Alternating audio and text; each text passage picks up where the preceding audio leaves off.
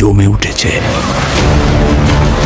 Body দিয়ে খেলে তুফানের সঙ্গে জেতা যাবে না, খেলতে হবে মাথা দিয়ে। তুফান পোষ মানে না, পোষ মানায়। কি অবস্থা সবার? নিশ্চয়ই তুফানের ধামাকাদার ট্রেলারটা তোমরা ইতিমধ্যে সবাই দেখে ফেলেছো, আর আমার রিয়াকশন ভিডিওটাও দেখে ফেলেছো। বাট রিয়াকশন দিয়ে ক্ষান্ত হতে চাই না, কারণ তুফান সিনেমা নিয়ে ইতিমধ্যে আমি অনেকগুলো ভিডিও করেছি। ভাবলাম যে রিয়াকশন দিয়ে ক্ষান্ত হওয়া যাবে না, একটা ইন ডিটেইল কিছু আলোচনা করা উচিত। তো তুফানের এই ট্রেলারটার রিভিউ এখন আমি করব। রিভিউ এবং রিয়াকশনের মধ্যে কিছুটা তফাৎ থাকে। রিভিউয়ের মধ্যে একটু খোলামেলা আলোচনা করার সুযোগ থাকে, যখন রিয়াকশন দিলাম তখন তো এই দেখতে দেখতে দেখতে দেখতে সময় চলে যায়, খুব বেশি কিন্তু ডিটেলে কথা বলা যায় না।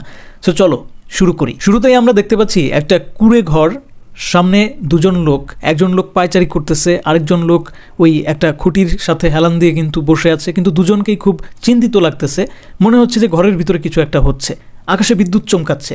এর মধ্যে দিয়ে আসলে ভিতরে, ঘরের ভিতরে কি হচ্ছে? ঘরের ভিতরে যেটা হচ্ছে যে একটা নবজাতক শিশুর জন্ম হচ্ছে। আর সেই শিশুটা কে হতে পারে? সম্ভবত এটাই তুফান। সম্ভবত না, শিওরলি বলা যায় যে এটাই তুফান। আর তুফান নামকরণটা কেন হলো, এই প্রশ্নটা কিন্তু চলে আসে সিনেমার নাম শুনেই, এবং শাকিব খানের ক্যারেক্টারের নাম তুফান এটা জানার পর আমার বারবারই এই প্রশ্নটা জেগেছে যে রায়হান রাফি নিজে বলল যে আমার গল্পের গরু গাছে উঠবে না, অর্থাৎ যেটা বাস্তব সেটার সাথে খুবই মিল থাকবে, অবাস্তবিক মানে একদমই অকল্পনীয় কোনো কিছু দেখাবো না। তাহলে এই ক্ষেত্রে ব্যাপারটা কেমন হয়ে গেল না? একটা মানুষের নাম তুফান, কি হইল এটা? এই যে এবার আমার প্রমাণ মিলে গেছে, এবার আমি আসলে বুঝে গেলাম যে আসলে তুফান নামটা কিভাবে এসেছে। তুফান নামটা এই কারণে এসেছে কারণ আগিলা যুগের মানুষদের দেখা যেত যে সময়ে সন্তান জন্ম নিল ওই সময় সাপেক্ষে, সময়ের সাথে এবং পরিবেশের সাথে, পরিস্থিতির সাথে মিল রেখে নাম রাখতে। যেমন একটা শিশু যদি অতিরিক্ত কালা হইতো তার নামই রেখে দিত কাইল্লা। একটা শিশু যদি বৃষ্টি বাদলের দিনে জন্মগ্রহণ করত তার নাম রেখে দিত বাদল অথবা কি শ্রাবণ। তো এক কথায় এখান থেকে কিন্তু বোঝা যাচ্ছে ঝড় তুফানের প্রতিকূল পরিবেশের মধ্যে এই শিশুর জন্ম হওয়ার কারণে শিশুটার নাম রাখা হয়েছিল তুফান। জন্মের শুরু থেকেই তার মধ্যে একটা হিংস্র ভাব, মানে সে আসছেই হচ্ছে একটা প্রতিকূল পরিবেশের মধ্যে। ব্যাপারটা কিন্তু খুব সুন্দরভাবে কানেক্ট করা হয়েছে, জাস্ট অ্যামেজিং। ভাবতে গেলে কিন্তু আসলে প্রশংসা না করে থাকা যাচ্ছে না। তুফানের চরিত্রের বৈশিষ্ট্যগুলো কিন্তু বিবরণ করা হচ্ছে ব্যাক ভয়েসে। এখন এই ব্যাক ভয়েসের যে কণ্ঠটা, আমার কাছে মনে হচ্ছে এটা চঞ্চল চৌধুরীর কণ্ঠ। চঞ্চল চৌধুরীর উপরে দায়িত্ব পড়েছে ইনভেস্টিগেশনের এই তুফান সম্পর্কে জানার। তো এই তুফান সম্পর্কে সে একদম তুফানের জন্ম থেকে শুরু করে each and every point mark করে রাখতেছে, অথবা ওই তার যে টিম আছে টিমের সামনে সম্পূর্ণ বিবরণ দিচ্ছে। এর মাধ্যমে পরিচালক খুব দুর্দান্তভাবে দর্শকদেরকেও কানেক্ট করতেছে। দর্শকদের সামনে একদম ট্রেলারটাকে এমনভাবে আসলে প্রেজেন্ট করছে, মনে হচ্ছে যেন দর্শকদের সাথে ওই তুফানের চরিত্রটাকে পরিচয় করিয়ে দেওয়া হচ্ছে। ব্যাপারটা কিন্তু খুব ইন্টারেস্টিং। এক ঢিলে দুই পাখি মারা হচ্ছে এখানে। তো এরপরে দেখা যায় তুফান একটু বড় হয়, কিশোর বয়সে উপনীত হয়। ঠিক তখন তার সাথে ঘটে যায় একটা অনাকাঙ্ক্ষিত ঘটনা। তার বাবাকে কিছু খারাপ লোক একদম নৃশংসভাবে লোক সম্মুখে হত্যা করে। আর এই ব্যাপারটা হয়তোবা তার সামনেই ঘটে, মানে এই সিনগুলো দেখে এরকমটাই মনে হচ্ছে যে তার সামনেই ঘটনাটা ঘটে, অথবা খুব রিসেন্ট সময়ের মধ্যে ঘটনাটা ঘটে যায়। সে দৌড়ে এসে দেখে যে আমার বাবা শেষ। ওই সময়ে, ঠিক ওই সময়ে সে তার মানে মাথা কন্ট্রোল করতে পারে না, সে ঠিক থাকতে পারে না। তার ভিতরের যে হিংস্রতা সেটা কিন্তু বের হয়ে আসে, এবং ঠিক ওই সময় ইনস্ট্যান্ট ওই লোকটাকে হত্যা করে যে লোকটা তার বাবাকে হত্যা করেছে। ট্রেলারে আমরা অনেক কিছু কিন্তু দেখে ফেলতেছি। এর মানে অনেকেই ভেবে নিতে পারে যে ট্রেলারে তো অনেক কিছুই দেখে ফেললাম, অনেক কিছু বুঝতেছি, এরপরে কি হবে বা কেমনে আসলে গল্পটা আগাবে, কি হয়েছিল তুফানের জীবনে, তাহলে আর সিনেমা দেখে কি করবো? বন্ধুরা, এটা রায়হান রাফির সিনেমা। এখানে রায়হান রাফি ট্রেলারে আমাদেরকে যা দেখাইছে মূল কাহিনী এগুলো না। সিনেমা হলে না গেলে মূল ইন্টারেস্টিং যে বিষয়গুলো সেগুলো সামনে আসবে না। আর এই ট্রেলারে যা উপস্থাপন করা হয়েছে তা মূলত প্রত্যেকটা গ্যাংস্টার বেসিস সিনেমার একটা মূল থিম বলতে পারো। ব্যাক ভয়েসে আমরা কিন্তু চঞ্চল চৌধুরীর মাধ্যমে শুনতে পারি যে তুফান মানুষও নয়, তুফান পশুও নয়। এইখানে এইটুকের মধ্যে একটা বোঝার বিষয় আছে, তুফান মানুষ না, তুফান অমানুষ হয়েছে। কিন্তু সে যে একবারে পশু হয়ে গেছে ব্যাপারটা এরকম না, তার কিছু সফট কর্নারও আছে। হ্যাঁ, আমরা দেখে থাকি, কেজিএফে দেখেছি, রকিকে দেখেছি, তার একটা সফট কর্নার ছিল, তার হচ্ছে নারীদের প্রতি একটা সফট কর্নার ছিল, ভিতরে একটা মনুষ্যত্ব ছিল। সে সবার জন্য কিন্তু খুব বেশি যে একদম মারাত্মক সেটা না, মারাত্মক তাদের ক্ষেত্রে যাদের ক্ষেত্রে হওয়া দরকার। মেবি তুফান মানুষও না, তুফান পশুও না, এই লাইনটা দিয়ে এটা বোঝানো হয়েছে, ইঙ্গিত করা হয়েছে। বাট তারপরে বলা হয় তুফান যেটা হতে চেয়েছিল সেটা হয়েছে, রাক্ষস, অর্থাৎ পশু মানুষ এগুলোর থেকে অনেক বেশি বিপজ্জনক তুফান। তো বন্ধুরা, এরপরেই দেখা যায় যে তুফানের কারণে সারা দেশের প্রশাসন খুবই চাপের মধ্যে আছে। একদম প্রশাসনের গলার কাটা হয়ে গেছে। বিভিন্ন নিউজ পত্রপত্রিকায় আসতেছে যে সারা দেশ দখল করে ফেলতেছে তুফান, অর্থাৎ সিনেমার মধ্যে তুফান সারা দেশে তার রাজত্ব কায়েম করবে। এবং সেটা নিয়ে কিন্তু ইতিমধ্যে নিউজ হয়েছে। সেটার জন্য বিভিন্নভাবে কিন্তু সরকার চেষ্টা করছে কিভাবে তুফানকে আটকানো যায়। তো এখানে যে পেপার কাটিং আমরা দেখতে পাচ্ছি, যেখানে নিউজের হেডলাইনগুলো দেখতে পাচ্ছি যে সরকারের গলার কাটা তুফান, সারা দেশ দখলে নিয়ে ফেলেছে তুফান, তো এই যে পেপার কাটিংগুলো দেখতে পাচ্ছি না, এগুলো কিন্তু অনেক আগের। হ্যাঁ, আগের না হলেও যদি বর্তমান মানে তুফানের পরিণত বয়সেরও হয়, তাহলে এখানে একটা লক্ষণীয় বিষয় আছে। সেটা হচ্ছে যে তুফানের বর্তমান সময়ে অর্থাৎ তুফানের পরিণত বয়সের কোনো ছবি কিন্তু পেপারে নাই। অর্থাৎ এই ধরনের গ্যাংস্টারদের ছবি কিন্তু সচরাচর কেউ হাতে পায় না, একদমই হাইট থাকে তারা। তুফানের ক্ষেত্রেও মেবি সেরকম কিছু হতে পারে। তো এরকম বাস্তব জগতেও কিন্তু গ্যাংস্টারদের কাহিনী আছে। আমাদের দেশেরই এক কুখ্যাত গ্যাংস্টারের কাহিনী আমি পেপার পত্রিকায় দেখেছিলাম, যে হচ্ছে কালা জাহাঙ্গীর নামে একজন। তার নাম এখনও পুলিশের ইন্টারপোলে আছে, তার একটা ছবি আছে, ওই একটা ছবি আছে, আর কোনো ছবিই নাই। এবং প্রশাসন এটাও শিওর না যে সে আদৌ বেঁচে আছে নাকি মরে গেছে। সো সিনেমায় তুফানের এই যে জীবনী, তুফানের যে এই যে ঘটনাবলী ঘটতেছে, এই ঘটনাগুলো খুবই কানেক্টেড বাস্তবতার সাথে।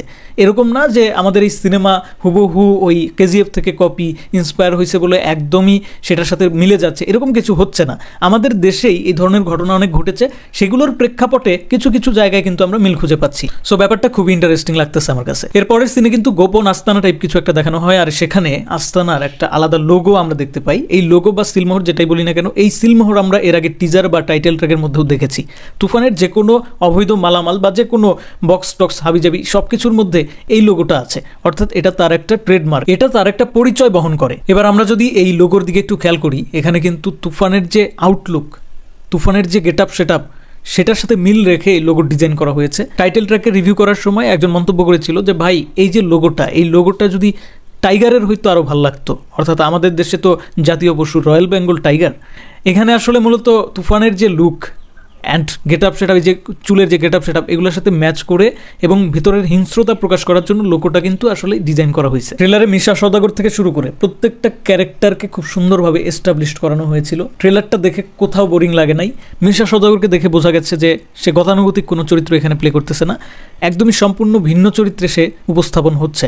আর একটা বিষয় যেটা, যে সালাউদ্দিন লাবলু, এই সালাউদ্দিন লাবলুকে খুব সুন্দরভাবে কিন্তু কাজে লাগানো হয়েছে। আমরা জানি ডিরেক্টোরিয়াল একটা গুণের পাশাপাশি তার অভিনয়ের গুণটাও কিন্তু বেশ আছে, কিন্তু তাকে কখনোই এরকম কোনো সিনেমায় বা কোথাও কাজে লাগাতে আমি দেখি নাই। সো আমি খুবই হ্যাপি যে সালাউদ্দিন লাবলুকে এখানে দেখতে পাচ্ছি। মেবি সালাউদ্দিন লাবলুর ক্যারেক্টারটা এরকম কিছু হবে যে সে কোনো একটা ডাকাত দল বা সন্ত্রাসী দলের সর্দার, তার কাছে তুফান আসে কৈশোর বয়সে, এই যে কিশোর বয়সে, তখন সে জিজ্ঞাসা করে তুই কিডারে, এরকম কিছু একটা হতে পারে। সালাউদ্দিন লাবলু পরবর্তী সময় হয়তো বা থাকে না, সে হয়তো মারা যাবে, এই ধরনের কিছু হতে পারে। যাই হোক, আগে থেকে এত কিছু বলা ভালো না, খুব বেশি খোঁচাতে চাই না। খোঁচাইতে গেলে অনেক কিছু বের হয়ে আসবে, কারণ আমরা আসলে দেখতে পাচ্ছি যে ট্রেলারটাতে অনেক কিছুই দেখিয়ে দেওয়া হয়েছে। আপাত দৃষ্টি থেকে একবার দেখলে বোঝা যাবে না, দুইবার তিনবার দেখলে বোঝা যাবে অনেক কিছুই, যেগুলো কিন্তু সিনেমার স্পয়লারের ক্ষেত্রে যথেষ্ট ভূমিকা রাখতে পারে। তবে একটা মেন বিষয় কিন্তু এখানে একটু আলোচনা করতেই হয়, সেটা হচ্ছে শাকিব খানের দুইটা ক্যারেক্টার দেখতে পাচ্ছি, দুই ধরনের শাকিব খানকে দেখতে পাচ্ছি। একটার সাথে আরেকটা একদম সম্পূর্ণ অমিল, একদমই মিল খুঁজে পাওয়া যাচ্ছে না। তুফান চরিত্রে যে শাকিব খান, লম্বা লম্বা হেয়ার স্টাইল, একদম 90 দশকের গেট আপ সেট আপ, আবার তার বিপরীতে আরেকটা শাকিবকে দেখা যাচ্ছে, সে আবার নায়িকা হিসেবে নাবিলার সাথে আছে, আবার এদিকে তুফান মিমি চক্রবর্তীর সাথে আছে। তো এই দুজনের মধ্যে আসলে কি কোনো পার্থক্য আছে, নাকি একই লোক দুইটা চরিত্র প্লে করতেছে কোনো একটা প্রয়োজনে, অর্থাৎ সে ছদ্মবেশে আছে, এরকম কিছু? এটা তো সিনেমা হলে গিয়ে দেখতে হবে। কিন্তু আমি একটা প্রেডিকশন করেছিলাম এর আগে, এমনটা হলে হতেও পারে যে এখানে আমরা আসলে দুই টাইম লাইনের গল্প দেখতে যাচ্ছি। অর্থাৎ একটা হয়তো বা 90 দশকের কিছু সময় পরের, 2000 সালের পরের ঘটনা, আরেকটা ঘটনা হচ্ছে তুফানের সময়কালের ঘটনা, যেটা 90 দশক বা তারও আগের। জানি না কি হবে, বাট অনুমান তো তাই বলছে। এখানে যদি দেখি যে ওই যে সাকিব নাবিলার সাথে তার চাল চলন, তারপর ফাইট স্টাইল, কোনো কিছুই তুফানের সাথে মিলতেছে না। এই সিনেমার মূল আকর্ষণটা মূলত এখানেই, দুইজন শাকিব খানকে দেখানো হবে। দর্শক হয়তো সম্পূর্ণ সিনেমা জুড়ে একটা কনফিউশনে থাকবে যে আসলে দুজন কি একই, নাকি এর মধ্যে কোনো তফাৎ আছে, নাকি দ্বৈত চরিত্রে অভিনয় করেছে শাকিব খান, ডবল রোল করেছে, এই ব্যাপারটা নিয়ে কনফিউশন থাকবে। এই একই কনফিউশন মূলত চঞ্চল চৌধুরী বা প্রশাসনের লোকদের মধ্যেও থাকতে পারে যে আসলে আসল তুফানটা কে। অথবা তুফান কি আদৌ বেঁচে আছে নাকি মরে গেছে, অথবা ছদ্মবেশ ধরে অন্য একটা শহরে গিয়ে এরকমভাবে বসবাস করতেছে, নাবিলা হয়তোবা নতুন কেউ, তার সাথে হয়তোবা অন্য কোনোভাবে পরিচয় হয়েছে, তারপর থেকে দুজন একসাথে আছে, এই ধরনের কোনো কিছু হতে পারে। আর এখানে মিমি চক্রবর্তীকে একটা পাশার গুটি হিসেবে ব্যবহার করলো না তো, একটা গুটি চাল হিসেবে ব্যবহার করলো না তো চঞ্চল চৌধুরী। মিমি চক্রবর্তীর লুক, চোখের চাউনি এবং এই যে বিভিন্ন পোস্টার, বিভিন্ন সময়ে তার ক্যারেক্টারটাকে আমি যতবার দেখতেছি মনে হচ্ছে তার মধ্যে ভীষণ রকমের একটা রহস্য আছে। এবং সবচেয়ে বড় প্রমাণ হচ্ছে একটা সিনে, খুব সাটসাট করে সিনগুলো চলে যায়, একটা সিনে দেখা গেছে শাকিব খান মিমি চক্রবর্তীর দিকে বন্দুক তাক করে আছে। মানে এই ব্যাপারটা দেখে বোঝাই গেল যে মিমি চক্রবর্তীর মধ্যে কিছু একটা সমস্যা আছে, যে সমস্যার কারণে শাকিব খানের সাথে তার একটা সময় গিয়ে মুখোমুখি সংঘর্ষ হচ্ছে। কেননা শাকিব খান তো এখানে মিমি চক্রবর্তী বলতেই ফিদা, মিমি চক্রবর্তীকে তো শাকিব খান একদম মন থেকে পছন্দ করে ফেলে, তারপরেও কেন এই ধরনের ঘটনা ঘটে? অর্থাৎ এইখানে তৃতীয় পক্ষের হাত আছে। মিমি চক্রবর্তী মেবি গোয়েন্দা বিভাগের কেউ হতে পারে। সম্পূর্ণ ট্রেলার জুড়ে শাকিব খানকেই যে শুধু দেখানো হয়েছে এরকমটা না, প্রত্যেকটা চরিত্র স্পেস পেয়েছে। এখানে গাজী ডাকায়েতের ক্যারেক্টারটা বোঝা যাচ্ছে যে কতটা ইম্পর্টেন্ট, কেননা গাজী ডাকায়েতের সাথে তুফানের আগে পরে অনেক কাহিনী কিন্তু জুড়ে আছে। তুফানকে একটা দৃশ্যে কিন্তু দেখা যাচ্ছে গাজী ডাকায়েতের সাথেও রাগারাগি করতেছে, অথচ আমরা সবাই ইতিমধ্যে বুঝে গেছি যে গাজী ডাকায়েত হচ্ছে তুফানের একজন ডান হাত।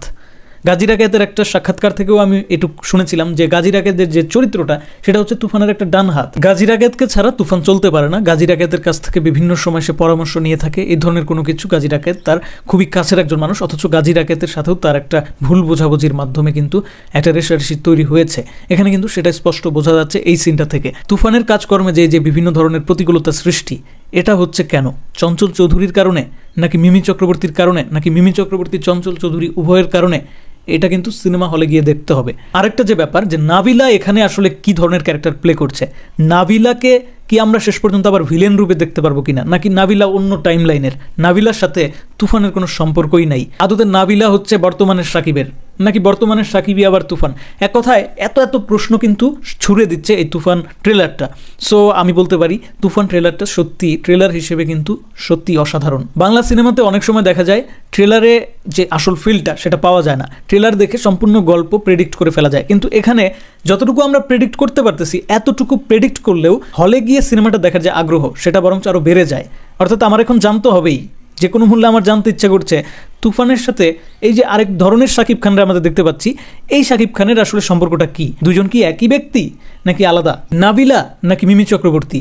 তুফানের সাথে আসলে মিলটা হবে কার? আসলে তুরুপের তাসকে নাবিলা নাকি মিমি চক্রবর্তী? তুফানের জন্য ক্ষতিকর কে?